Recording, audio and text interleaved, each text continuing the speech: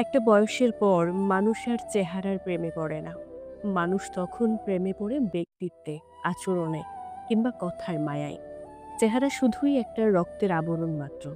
যে মানুষটা একটা সময় সুন্দর কাউকে দেখলে মুগ্ধ হয়ে যেত, যার সুন্দর কণ্ঠ শোনার জন্য পাগল থাকতো, সেই মানুষটাই এখন আর এসবের প্রতি আকৃষ্ট হয় না। মানুষটা এখন খুঁজে সুন্দর একটা ব্যক্তিত্ব, সুন্দর একটা চরিত্রের মানুষ। সে দেখতে যেমনই হোক না কেন, কিচ্ছু যায় আসে না। সুদর্শন ছেলে কিংবা সুন্দরী মেয়ে দেখে প্রেমে পড়া মানুষটাও এখন শুধুমাত্র সুন্দর ব্যক্তিত্ব খুঁজে বেড়ায়। যার কাছে একটা সময় বাহ্যিক দিকটাই বেশি প্রাধান্য পেত, সে এখন ভেতরের চরিত্রটাকে বেশি গুরুত্ব দেয়। কারণ যার চরিত্র সুন্দর, সেই মানুষটাই প্রকৃত সুন্দর। চেহারা সৌন্দর্য একটা সময় শেষ হয়ে যায়। চোখের নিচে কালো দাগ কিংবা চেহারায় বয়সের ছাপ ফুটে ওঠে।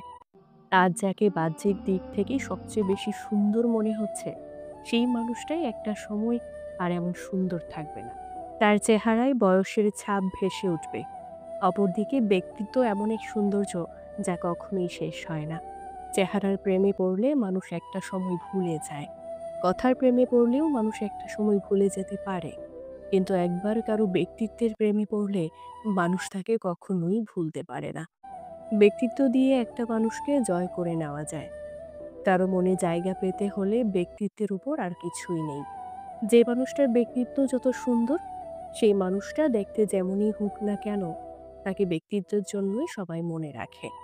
সবকিছু ফুরিয়ে গেলেও ব্যক্তিত্ব কখনোই ফোরায় না। জীবনে সুন্দর মানুষের চেয়ে একজন ব্যক্তিত্ববান মানুষ কিংবা চরিত্রবান মানুষ থাকা দরকার।